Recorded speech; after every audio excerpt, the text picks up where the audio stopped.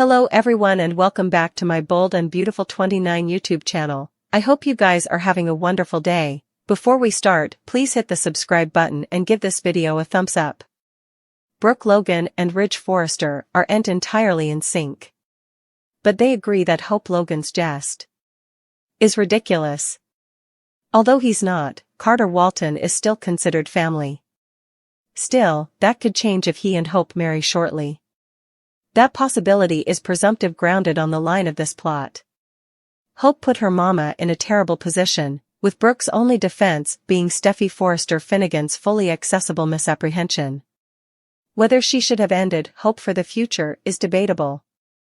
Hope's once conduct produce a script where Steffy naturally believes she's still after John Finnegan. Hope went back and forth with Liam Spencer for times.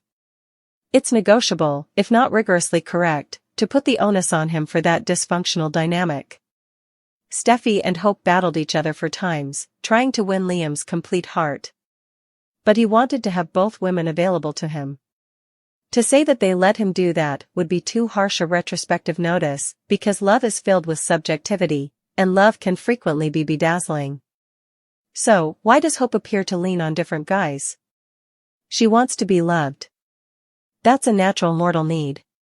She and Carter are both single, and there's nothing wrong with them being together. Still, they can't justify trying to take over Forrester Creations as part of their new relationship. Brooke went to the cabin and let Hope have it. She's frequently treated her son with sprat gloves, because Hope's character had been as a soft soul.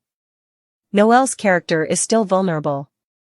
But she's been taking chances since deciding to come involved in an exchange connection with Thomas Forrester.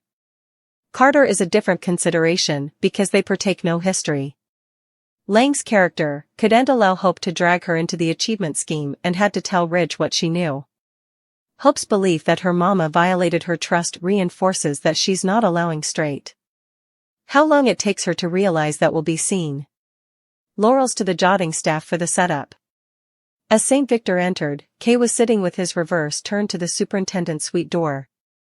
Ridge was looking at the family prints that beautify the long table behind the main office, with retrospective scenes preliminarily being seen that stressed Carter's elevation within the family business. Within moments, Carter learned that Ridge hadn't reevaluated but realized the verity. Still, the depth of Ridge's passions for Carter still allowed an eschewal.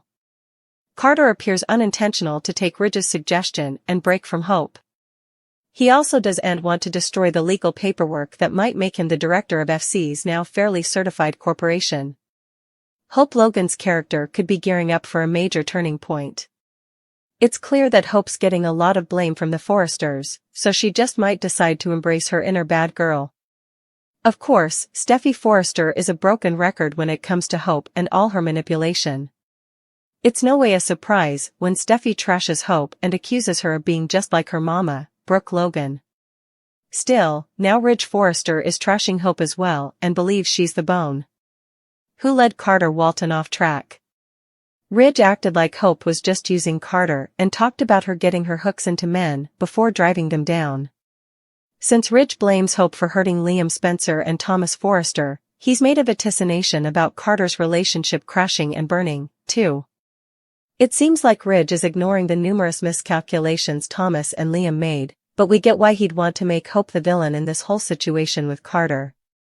Ridge is floundering over Carter's treason and must find it easier to hold Hope responsible rather. To be fair, Hope has surely made some moves that are out of character recently, at least compared to the person she used to be times agone. We clearly see Aunt denounce Steffy for allowing the worst of Hope after she planted a kiss on John Finnegan. That said, it feels a little extreme for everyone to act like Hope is some kind of unlawful architect. You'd suppose Hope was Sheila Sharp grounded on how the Forresters have been talking about her.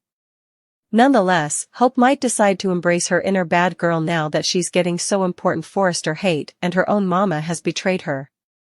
Brooke went running straight to Ridge with the preemption news, so Hope isn't happy about how that all went down.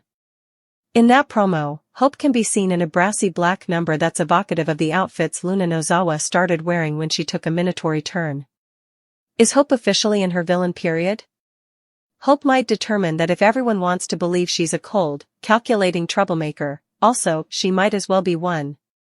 Hope could come quite the minatory queen if Carter's Forrester preemption gets locked in. Carter Walton will have a decision to make now that Ridge Forrester has offered him an occasion to undo all his treason damage. Ridge feels like Hope Logan got her claws into Carter and drove him down this power-empty path, so he's willing to forgive Carter if he'll just get relief of the LLC papers and leave Hope. Of course, hearing Steffy Forrester call Hope a whine left Carter seething, so he's not going to take kindly to Ridge acting like Hope's the proletariat of the earth. Moreover, Ridge is only going to rile Carter up indeed further and make him more determined to pull this preemption off. As a result, the LLC papers will be filed and Carter will remain the devoted man by Hope's side. Brooke Logan will be left reeling when Hope gives her mama updates on this preemption moving forward. Hope will contend the paperwork is locked in and make a vaticination that there's no turning back now. Although Brooke wouldn't authorize, Hope will feel like they're doing what they've to do and wouldn't watch if her mama likes it or not.